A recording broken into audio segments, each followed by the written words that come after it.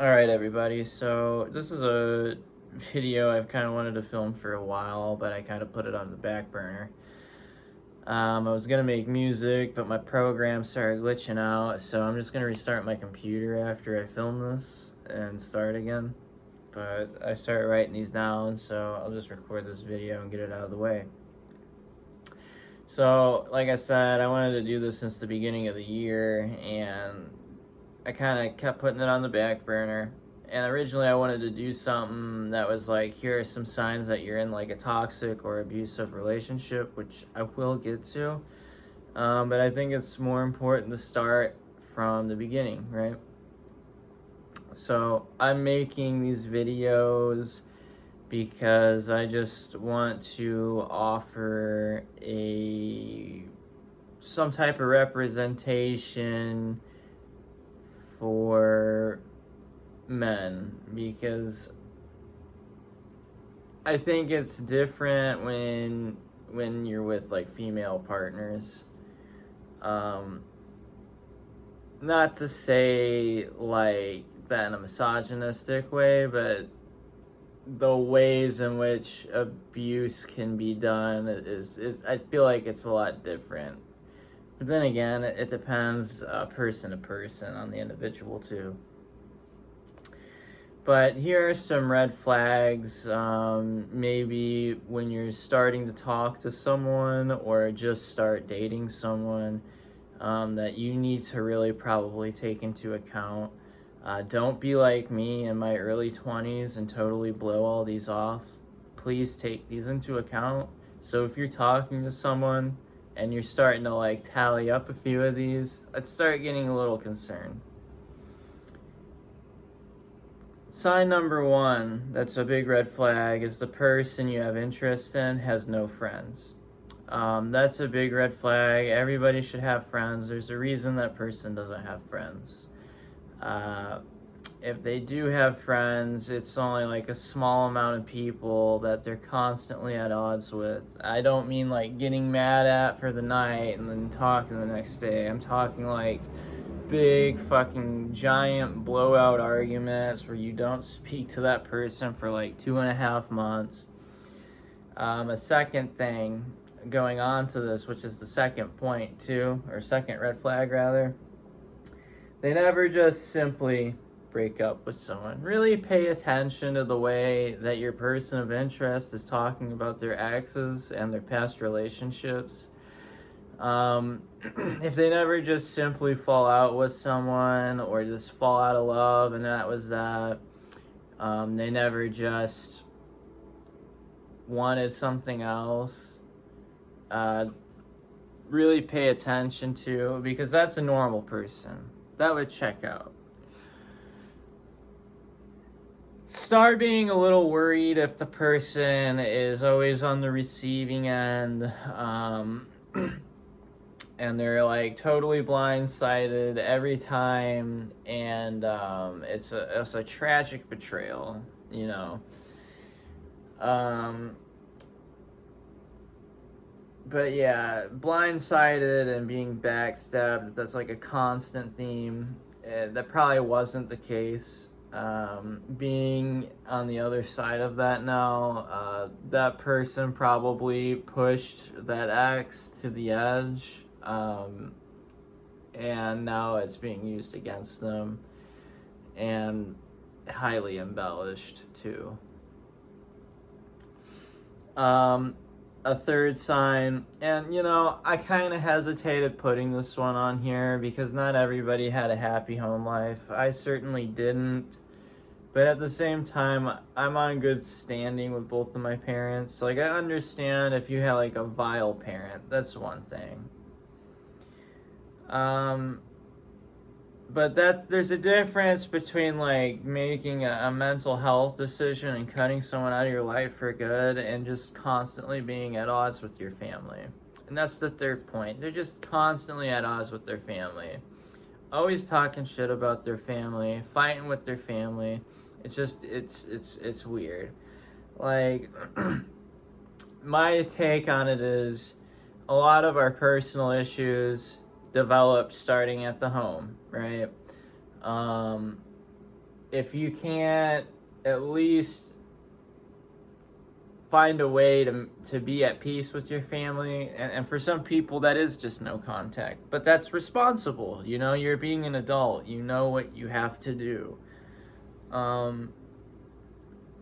Just be aware of people that are like always fighting, because it probably caused, you know, a lot of personal issues, and unfortunately a lot of people don't work on the damage. You know, sure, like, your trauma wasn't your fault, but it's your responsibility, unfortunately.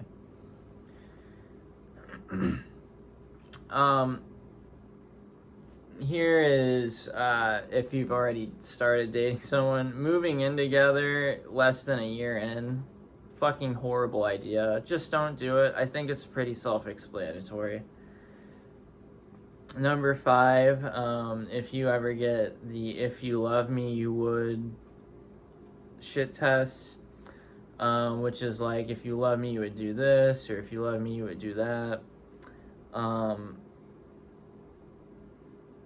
There's no love, only selfishness and like that type of impatience. You know, and I think a hallmark of love is also respecting hard set boundaries. Like, if someone's clearly not ready or not comfortable doing something, you should not be forcing that person to do that, especially if you tell that person you love them. And I think that's just pretty self-explanatory. You know, they start to make you feel crazy, and you're not going crazy. It's actually by design.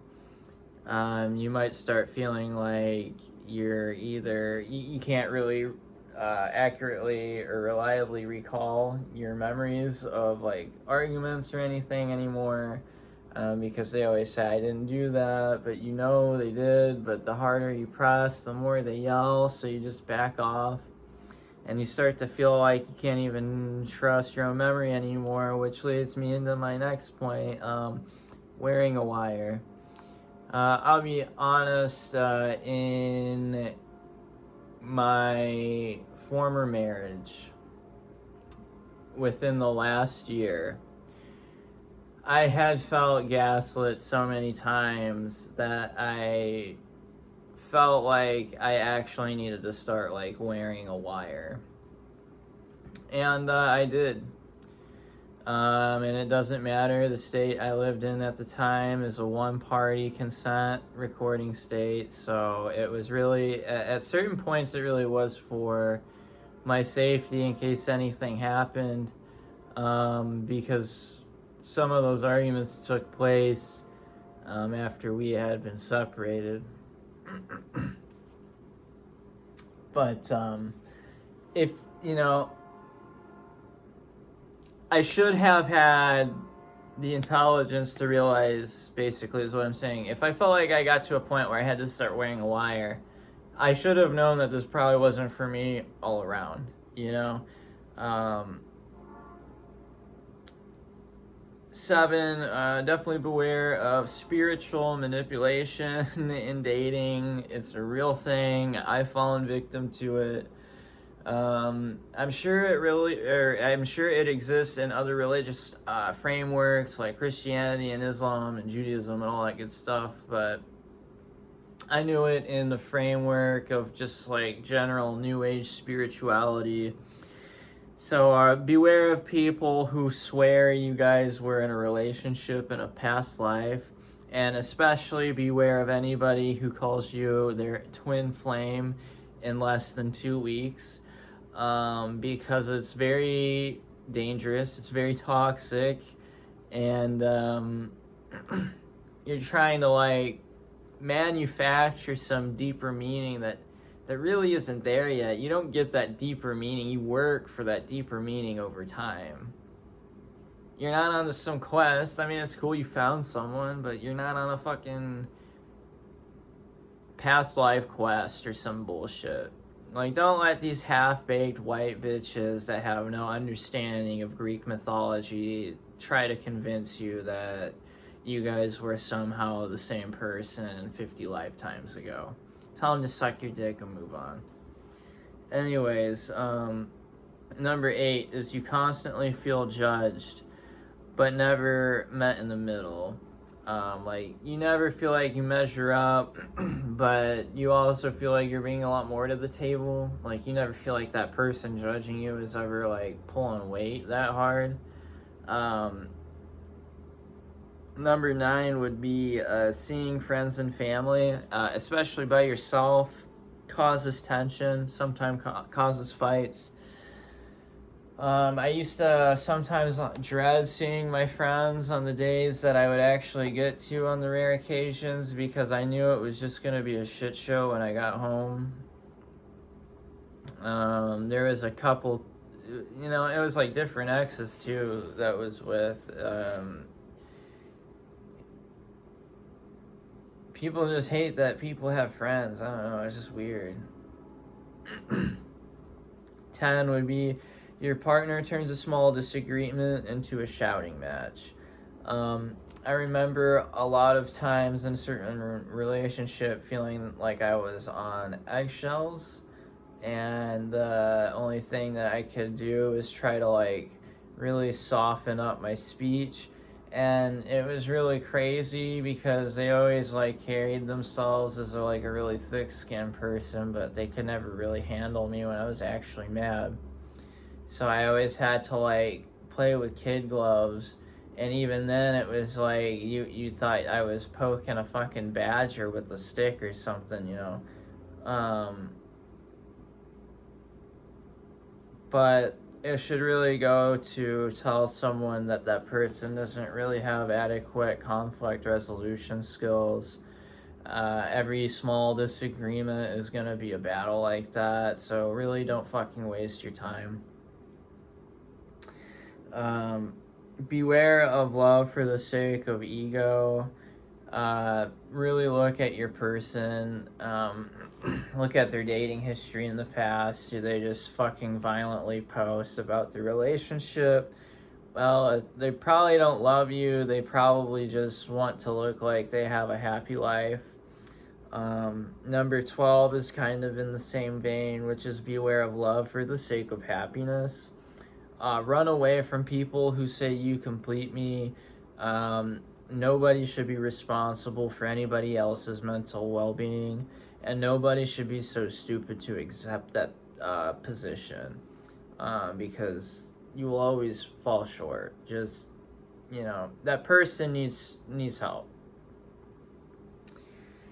13, beware of people with unstraight priorities.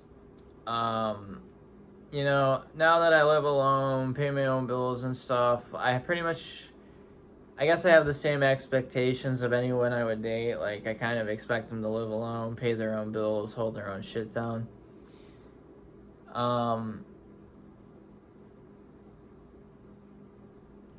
But yeah, just, there's some people that, like, want, like, a full committed relationship, but they don't even really have the things I feel like, at least for me, I would need.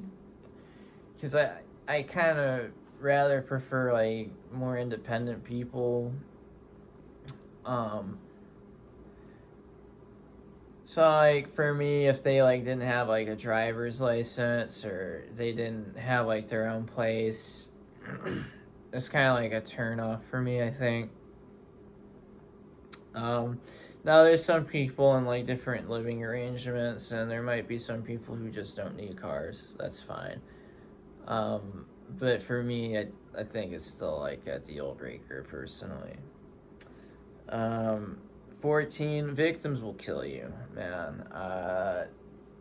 They will kill the joy, they will kill the happiness, they'll kill the vibe. I can't stand victims because I've been in the circumstances that they've been in, and they just kind of chose to stop there, I guess. And I always kind of look down at that, I guess, because I've always fought so hard my whole life to kind of stay afloat, whether that was mentally, financially, or whatever. you know, I don't think life was meant to be easy, personally. I think it's meant to be a very painful experience. I think that pain is what shapes us. And I guess I would just say beware of anybody who would fret at the idea of uncomfortable change. And 15, just any out of pocket moments where you might feel like a mask had slipped. Just assess any out of pocket moments. I remember there was a few times in my second relationship I just stopped dead in my tracks and I was like, that's kind of weird. One story I have is I have an Augie's Rune tattoo on my collarbone, and I was hiking with my second ex and their sister at the time, and we were in Michigan, and we walked by like an oak tree, and it had that tattoo that I had, and the same symbol engraved in the tree, and the initial of my ex and the initial of my ex's sister. And that was really cool, and maybe if you're new agey and like I was at the time, you thought it was a sign from the universe and heaven or divinely guided or whatever they call it, right? My ex starts maniacally laughing. I mean, it like super villain, like Doofenshmirtz ass laugh, and then starts like saying, "Oh, I get everything I want," and like looking up at the sky. I remember like kind of like pausing and looking, and like everything in the woods went quiet. And I kind of think I remember me and my ex's sister like looked at each other, and we were kind of like freaked out for a split second, and then we kind of like looked away from each other at a second, and the moment kind of died down. But I just remember kind of being taken back by that. And another one I remember is they were, again, like that person was really big into New Age stuff and astrology, and they said something I think about having like a Gemini moon, so of course they would want all of their exes to still be obsessed with them. I was like, why? Like, I don't want my exes to be obsessed with me. I might like fuck on my exes a lot, and I feel like I'm justified in that. But nah, like, don't fucking think about me. Go fuck yourself.